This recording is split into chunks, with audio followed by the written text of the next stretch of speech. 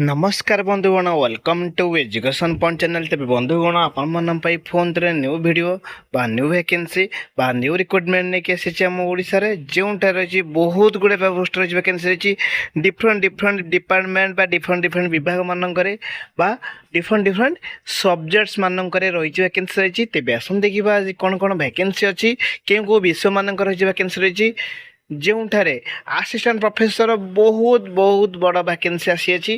तेज आस देखा ये सब वैकेंसी विषय तार योग्यता कौन रार आवेदन प्रक्रिया कौन रार चयन प्रक्रिया कौन सब डिटेल्स यही वीडियो माध्यम कही रखी।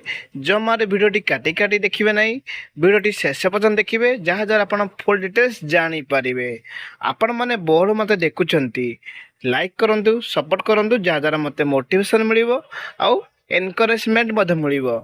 देखो केते गुटे सब्जेक्ट मानक रही वैकेंसी जो आपण मैंने देखिपे anthropology and tribal studies, biotechnology, botany, ता सहित business administration, chemistry, computer application, computer science, economics, education, integrated BEd MEd. तो आप जानी बहुत समय पिला डाउट हुए इंटीग्रेटेड बीडीएमएड पोस्ट केबे आसी वैकेंसी देखो 3 ईयर इंटीग्रेटेड बीडीएमएड पिला वैकेंसी आसी जाइए।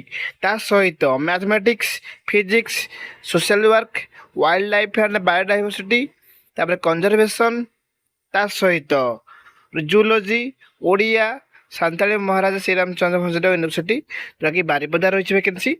बारिपदा नॉर्थ ओडिशा यूनिवर्सिटी तरफ बहुत बड़ ये वैकेंसी आसी जाइए जोठार आपरे आसिस्टेंट प्रोफेसर, एसोसिएट प्रोफेसर आउ प्रोफेसर पोस्टर वैकेंसी आसी जाइए जोटा कि MSCB महाराज श्रीरामचंद्र भंजदेव यूनिवर्सिटी तरफ जोड़ा बारिपदा आसी वैकेंसी जार आवेदन स्टार्ट हो आप देखिपारे जोटा ऑफिशियल साइट आप आवेदन करेंगे।